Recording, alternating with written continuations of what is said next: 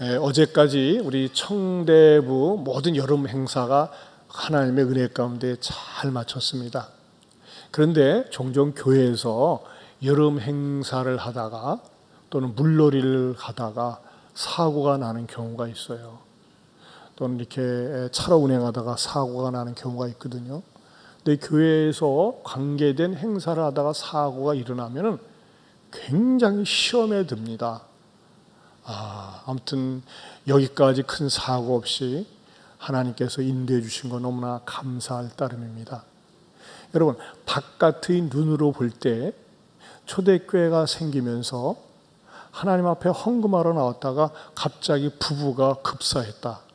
이건 엄청난 사건이면서 사고가 아닐 수가 없습니다. 그렇지 않습니까? 어머, 겁나서 못 다니겠네, 무시워 죽겠네 하면서 흉흉한 소문이 바깥에 일어날 수 있습니다. 그런데 뜻밖에도 그 엄청난 사건이 일어났는데도 불구하고 오늘 본문을 보면 교회 안에는 정말 놀라운 축복의 역사, 즉 회복의 역사가 있다는 것입니다. 오늘 설교 제목이 뭡니까? 회복의 역사입니다. 저는 오늘 말씀을 들으면서 성령님께서 저와 여러분의 가정도, 삶도, 직장도, 일도 회복시켜 주시기를 축원합니다. 오늘 본문을 통해서 발견할 수 있는 첫 번째 진리는 뭐냐? 위기는 기회라는 것입니다. 아나니아와 삽비라 사건을 통해서 초대교회는 어떤 분위기가 감돌았을까요?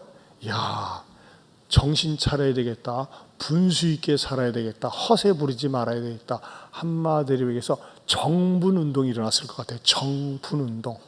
정직하게 살자, 분수껏 살자. 그렇죠? 허세 부리다가 망하지 말고 분수껏 또 자기에게 주신 대로 살자. 그런 분위기가 형성됐다고 생각이 됩니다. 사실 그런 가운데서도 초대교회에 하나님의 은혜가 임하니까 어떤 일들이 일어나느냐. 12절을 다시 봅니다. 사도들의 손을 통하여 민간의 표적과 기사가 많이 일어나며 믿는 사람이 다 마음을 같이하여 솔로몬 행각에 모이고, 거기다 줄을 치세요. 믿는 사람이 다 마음을 같이하여 솔로몬 행각에 모였다. 다 같이 한번 따라서 해보실까요? 마음을 같이하여 모였다. 여러분, 나라도 그렇고 가정도 그렇고 교회도 그렇습니다. 우리가 인생을 살면서요, 내 힘으로는, 내 능력으로는 안 되는 위기들이 닥칠 수가 있어요. 그럴 때 어떻게 합니까? 이곳저곳 전화하고 찾아다니고 사람을 만나고 해결해 보려고 할 수 있지만, 그리스도인들의 가장 주요한 무기는 뭘까요? 모여서 기도하는 겁니다. 두 번째로, 다 나음을 받는 역사가 일어났다는 것입니다. 15절 16절을 다시 보면요, 심지어 병든 사람을 메고 거리에 나가 침대와 요위에 누이고, 베드로가 지나갈 때에 혹 그의 그림자라도 누이에게 덮일까 바라고. 16절 같이 읽어봅니다. 시작. 모여 병든 사람과 더러운 귀신에게 괴로움 받는 사람을 데리고 와서 어떻게 되니라? 다 나음을 얻으니라. 제가 이제 이 사도행전 강해 설교를 하지 않습니까? 솔직히 어떤 본문은요, 딱 와서 마음에 닿고 영감이 탁 떠오르는 본문이 있어요. 어떤 때는 딱 막혀요. 이거 어떻게 풀어야 되지? 그럼 딱 막 쩔쩔매면서 기도하면 풀어주시는데, 오늘 본문을 딱 읽을 때는요, 처음에 절망감이 생기더라고요. 와, 베드로 대단하다, 부럽다. 이렇게 지나가는데 그림자라도 누구한테 밟히면 나을 것 같다는 희망을 주는데, 나는 아무런 역사도 일어날 것 같지가 않거든요. 또 그렇지도 못하고, 베드로와 나를 비교할 때는 말이죠, 나는 무능하고 아무것도 없어가지고서 말이죠, 감히 이 설교를 어떻게 하는가, 나한테 적용되질 않는데 하면서 절망감이 맨 처음에 찾아왔습니다. 그러나 주님 어떻게 합니까? 강해 설교 계속 설교를 해야 되는데, 하나님 어떻게 접근을 하고 어떻게 말씀을 전해드릴지 가르쳐 주십시오. 이렇게 기도하면서 간구했더니, 저 자신에게 베드로에게 있는 이런 능력이, 이런 권능이 온 게 감사하더라고요. 만약에 오주원 목사가 지나가는데 그림자라도 딱 비춰지면 나을 것 같더라, 이런 소문이 나보세요. 저 여기 못 있습니다. 안 그러겠어요? 자칫 잘못하면 목사들이 무슨 신유의 능력이 있다, 특별한 인사 같다면요, 특별히 한국 목사들 같은 경우는 이재록처럼 될 수가 있고 말이죠. 방방 뜨고 교만하고 넘어질 가능성이 많이 있습니다. 이 신유의 은사가 사람들을 쉽게 교만하게 만들어요. 그런데 베드로는 그런 소질, 그런 자질이 아예 없었어요. 왜? 예수님으로부터 혹독한 훈련을 받았잖아요. 또 예수님을 부인하면서 또 예수님으로부터 혹독한 제자 훈련을 받으면서 건방지고 우쭐할 것이 전혀 없었다는 것입니다. 저는 그런 의미에서 어떤 목사 개인에게, 어떤 한 사람에게 특별한 은사와 능력이 집중되어서 나가는 거, 저는 그거 별로 바람직하지 않다고 봐요. 왜냐하면 그 사람이 우상화가 될 수가 있어요. 그러나 이것은 좋다고 봅니다. 공동체에서 기도하는 거예요. 합심해서 기도하는 거예요. 어떤 한 사람을 놓고. 사실 미진 일을 일으킨 것은 제가 한 것 아니었어요. 교회에서 합심해서 기도했을 때 성령님께서 어느 한순간에 치료해 주시고 회복시켜 주신 줄로 믿습니다. 걔가 지금은 커가지고 대학생이 됐잖아요. 마찬가지로 저는 여러분들이 어떤 문제가 있을 때 공동체에서 소그룹에서 같이 기도하는 사람들에게 찬양대에서 문제를 내놓고 기도할 때 하나님께서 내 기도도 들었지만 우리의 기도를 들었다. 어떤 한 사람의 영광을 받는 것이 아니라 하나님께서 나를 써서 사용하셔서 영광 받으셨다고 하나님께 영광 돌리시기를 바랍니다. 그런 의미에서 크게 위로가 되는 동사가 있습니다. 그게 뭐냐면 16절 하반절에 보면 더러운 귀신에게 괴로움 받는 사람을 데리고 와서 다 나음을 얻으니라. 여기다 줄을 쳐보세요. 나음을 얻으니라.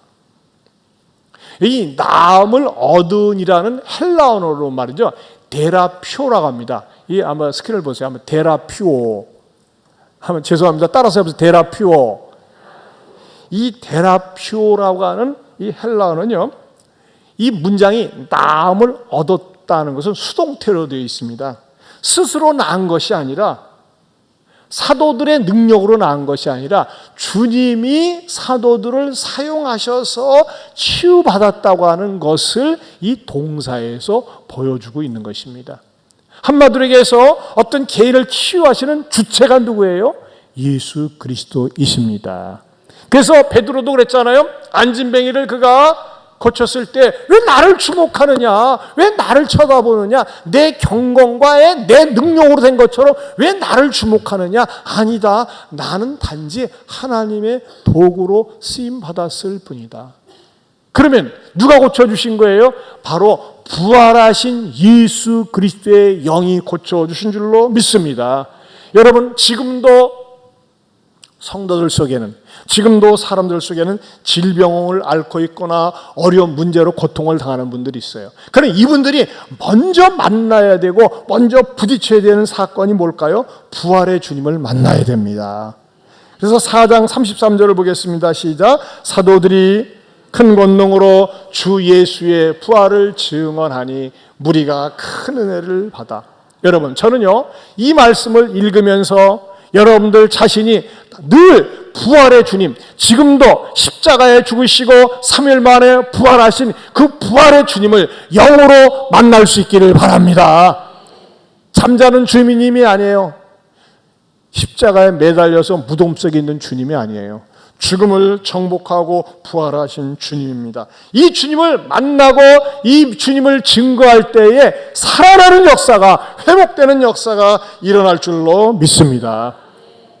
사실 이 초대교회처럼 더러운 귀신이 들린 사람들 요즘 많지 않습니다. 또 병에 걸리면 어떻습니까? 요즘은 어떤 질병이 딱 발생이 되면요, 아유 기도해야지 보다 빨리 병원 가야지. 애들이 콧물만 조금 나도 빨리 병원 가야지. 그냥 병원이에요. 뭐 병원이 나쁘다는 게 아닙니다. 하나님께서 현대의학도 우리에게 주신 좋은 수단이에요. 하지만 우리가 어떤 문제에 부딪혔을 때 먼저 기도해야지. 따라서 먼저 기도해야지. 먼저 매달려 봐야지. 그런 마음을 가질 수 있기를 바랍니다. 그런 마음은 어떤 사람들이 가느냐? 부활하신 주님을 믿는 사람이에요. 부활하신 주님을 내가 믿고 의지하고 그분을 인격적으로 만날 때 내 삶이 달라지고 변화가 일어난다고 하는 것입니다. 요즘 뉴스를 보면요, 경기가 굉장히 어렵다고 합니다. 아니 실제로 어렵습니다. 제가 신방을 해보면 말이죠, 장사가 안 돼요, 문을 닫았어요. 뭐 그런 일들이 계속 일어나고 있습니다. 그런데 제가 요즘과 같은 불경기 불황 속에서 지난주 8월 10일자 국민일보를 보면서 세상에 이런 일이, 아니 도대체 어떻게 이런 일이 일어날 수 있는가, 눈을 크게 뜨고 그 기사를 보고 나름대로 열심히 조사를 해봤어요. 그 뭐냐면요, 강원도 춘천에서 경화청과를 운영하는 과일 가게 사장인데, 이 과일 가게 절대 강자입니다. 약 40평 크기에서 일주일에 나흘 장사를 해. 일주일에 나흘 장사를 하는데 월 1억 5천만 원을 번답니다. 한 달에 11조 1,500만 원. 연 매출이 연 수익이, 그 신문 기사하면 연 수익이 17억 원을 번답니다. 11조가 1억 7천만 원. 좀 놀래보세요. 대단해요. 지난주 신문이에요. 이게 뻥이 아닌가? 뻥 아닌가 했더니 말이죠. 저는 이제 제가 지난주 당의 부부 수련회 가가지고 약간 시간이 나가지고 우연히 A채널을 들었는데, 저는 처음 봤어요. 서민갑부라는 게 있더라고요. 그때는 소뚜껑에다가 매기 놓고 이렇게 하는 건데, 이 PD들이 말이죠, 이런 것들을 보도하기 위해서는 철저하게 밑그림 조사를 합니다. 왜냐하면 자기네들이 보도해 놓고 이게 사기다 뻥이다 그러면은 신뢰성이 떨어지기 때문에. 그런데 이 경하청과라고 하는 이 가게가 KBS 아침마당에도 나왔고, MBC 생방송 오늘 저녁에도 나왔고, 채널A 서민갑부에도 소개가 되었다는 것입니다. 과일을 파는데 과일만 전문적으로 파는 직원이 11명이에요. 여러분, 11명. 월급만 해도 얼마나 나가겠어요? 저는 여러분들에게 이 경화청과라고 하는 이 장사를 잘해서 성공한 사람을 소개하고 싶은 마음은 없습니다. 이런 것들은 말이죠, 얼마든지 뭐 서민갑부 그런 거 보면은 저렇게 성공했어, 그렇게 얘기할 수 있어요. 저는 이 사람이 믿음의 갑부가 된 얘기를 하고 싶은 거예요. 믿음의 갑부. 최근의 사람입니다. 이 사람은 어떻게 믿음의 갑부가 되느냐? 사실 이 임성기라고 하는 사람은요, 집안에서 개망나니 중에 상망나니였답니다. 이 사람의 자료를 이렇게 찾는 가운데 이 사람의 자료가 자그마치 A4 용지 한 5장 정도 되더라고요. 와, 이거 소개하려니까 예배 시간에, 설교 시간에 이 사람 얘기만 하다 끝날 것 같아요. 그래서 제가 쭉 추적을 했는데, 이 사람의 간증문을 제가 이렇게 요약을 했습니다. 저는 일남 4녀 중에 막내로 어머니 속을 엄청 썩였던 망나니 불효자였습니다. 공부는 싫었고 운동을 좋아했기 때문에 운동만 하러 다녔습니다. 불행하게도 이 사람은 초등학교 4학년 때 아버지를 잃고 혼자 되신 어머니는 이 임성기 뒷바라지를 하며 살았습니다. 누나들과 여동생은 안중에도 없고 아들인 내가 어머니 삶의 전부였습니다. 그렇게 기대와 사랑을 받았는데도 나에게는 사고가 끊이지 않았습니다. 공부는 싫고 오토바이를 좋아해서 짜장면집에서 배달을 하다가 25톤 덤프트럭과 정면 충돌에 오른팔이 살과 근육이 다 터지고 말았습니다. 내 탓인데도 젊은 나이에 오른팔 장애로 저는 매일 인생을 비관하며 살았습니다. 술, 도박, 게임에 빠졌고 온 동네에 소문난 골칫거리가 되었습니다. 술 먹고 오토바이를 타고 도망 다니다가 경찰에게 추격당해서 체포된 적도 있고, 또 돈을 벌겠다고 서울에 갔다가 다단계에 빠져 어머니가 노동으로 번 돈을 다 탕진하고 거지 신세로 돌아온 적도 있었습니다. 다시 동네에서 게임방과 술집을 전전하던 어느 날 춘천에 사는 누나가 용돈 100만 원을 줄 테니까 자기 교회에 놀러 오라고 했습니다. 몸도 힘들고 심심하던 차에 용돈이 탐이 나서 춘천으로 올라갔습니다.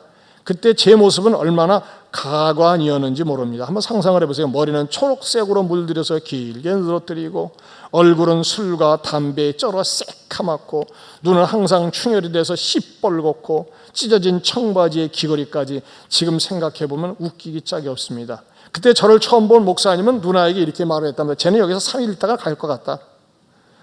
그런데 저는 분명히 그때 예배드리러 온 것이 아니라 놀러 왔기 때문에 누나 말처럼 한번 교회를 구경하러 왔기 때문에 별 흥미가 없었습니다. 그러면서 교회 주변을 빙빙 돌거나 담배나 피고 잠만 자고 그런 허송세월을 보냈습니다. 그런데 제가 뭔가 특별한 것을 보기 시작합니다. 그것은 교회 안에 형들과 누나들이 아무것도 바랄 것도 없고 소망 없는 저를 너무나 잘해주는 것이었습니다. 저는 처음에 그것이 가식이라고 생각했습니다. 그래서 속으로 그래 당신들이 언제까지 며칠이나 하는가 보자 하면서 지켜봤습니다. 그런데 시간이 지날수록 계속해서 끊임없이 잘해주는 것이었습니다. 그때 마음이 열렸습니다.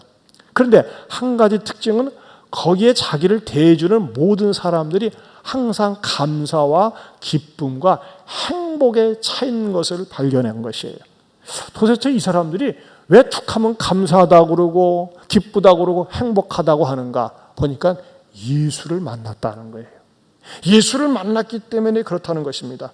그래서 이 임성기의 마음속에 그러면 나도 한번 예수를 만나보자, 그런 욕구가 생겼습니다. 어떻게 하면 예수를 만날 것인가? 그래 한번 예배 드려보자.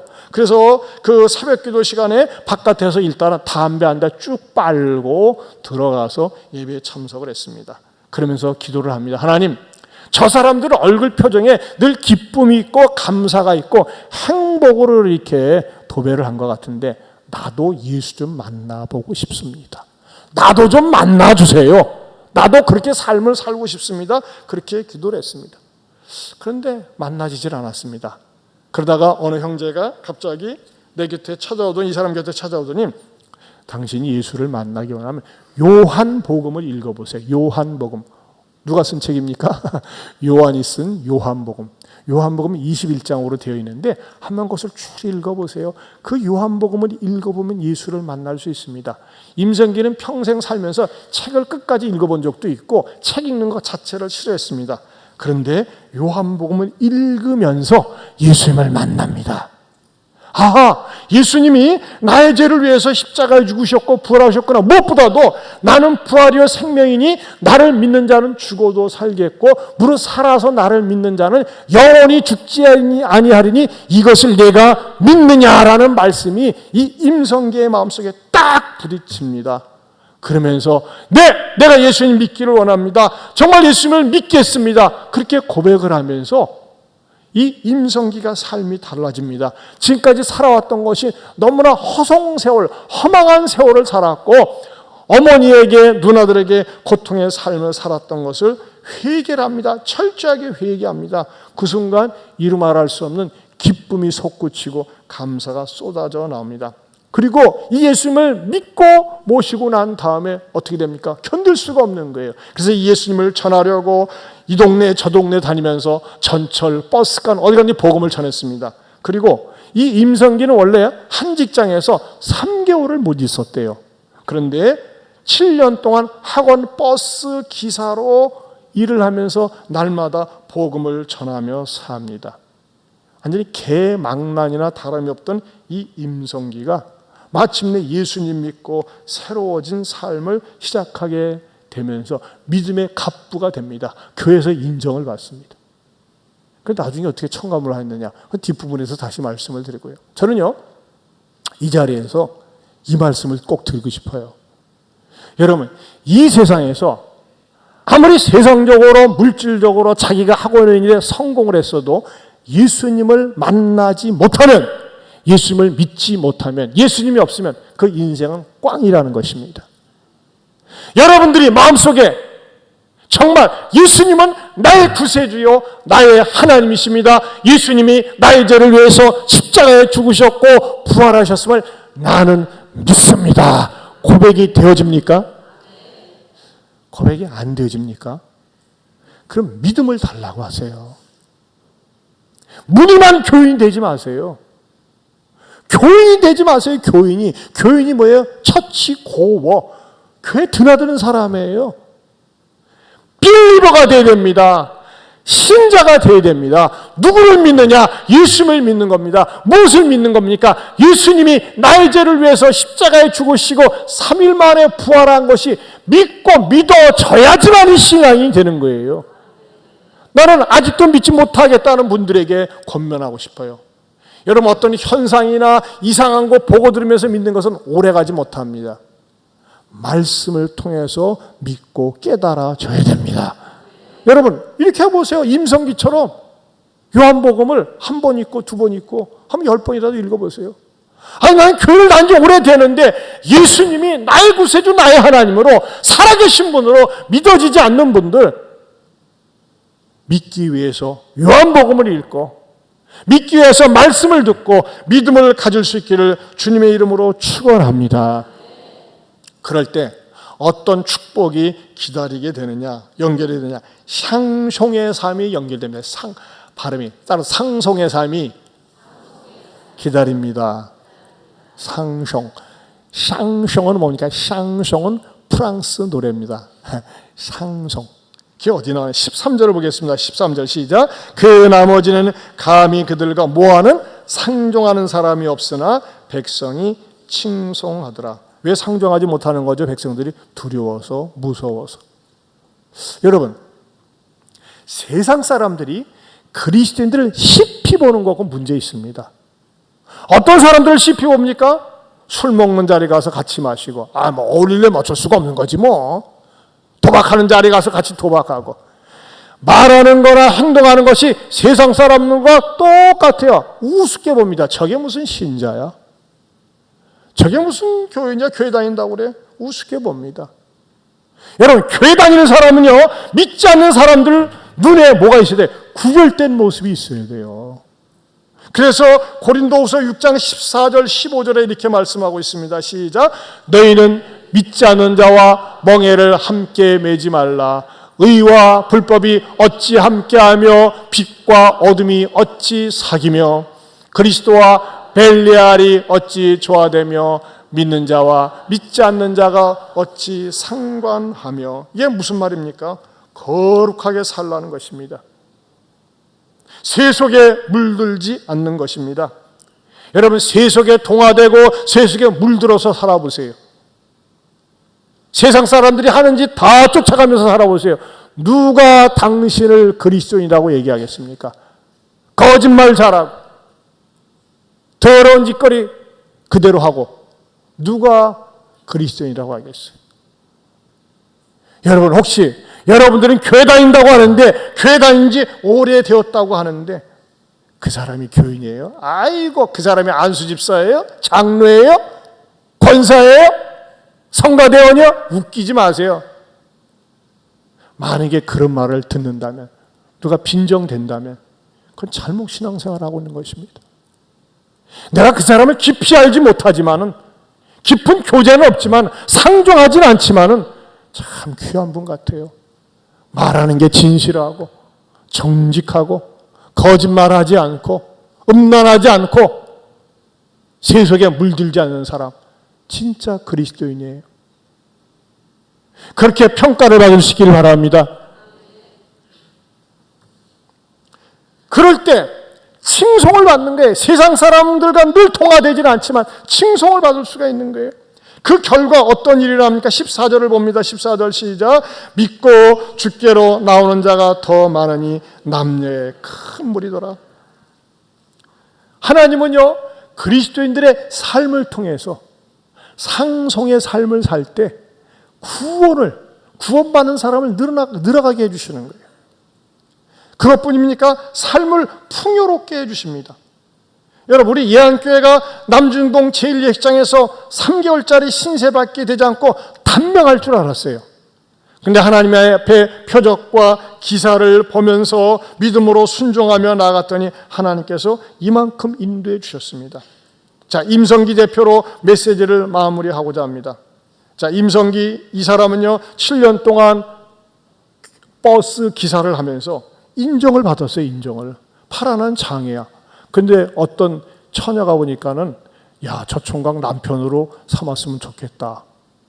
뭐 세상적으로는 장애지. 버스기사 뭐 소망이 없잖아요. 근데 그 자매 엄마가 과일 장사를 하는 분이야. 마음에 드냐? 예, 신실하고 정직한 것 같아요. 그래라. 그래서 결혼을 했어요. 근데 뭐 마땅한 직업이 없잖아요. 뭐 버스기사가 잘못됐다는 건 아닌데 그것은 영구직은 아니잖아요. 자네 장사 한번 해보게. 내가 과일 좀 대줄게. 그래가지고 장사를 시작했습니다. 자, 그러나 장사를 춘천 변두린 칠전동에서 시작했는데 파리만 날렸답니다. 4년 동안 적자를 봤어요. 장사가 안 되니까 보통 그러잖아요. 이것도 팔아보고 저것도 팔아보면 안 될까 해서 과일 놓고 생산 놓고 장사가 안 됐어요.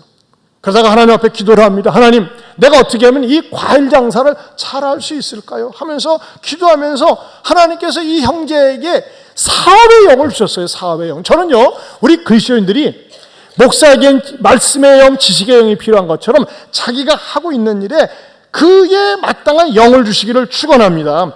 그러면서 말이죠, 어떤 일을 하느냐? 사업의 영을 받아가지고 새벽 2시에 가락동 시장을 찾아가서 과일을 맛보면서 말이죠, 과일을 고르는데 하나님께서 어느 정도로 은사를 주셨느냐?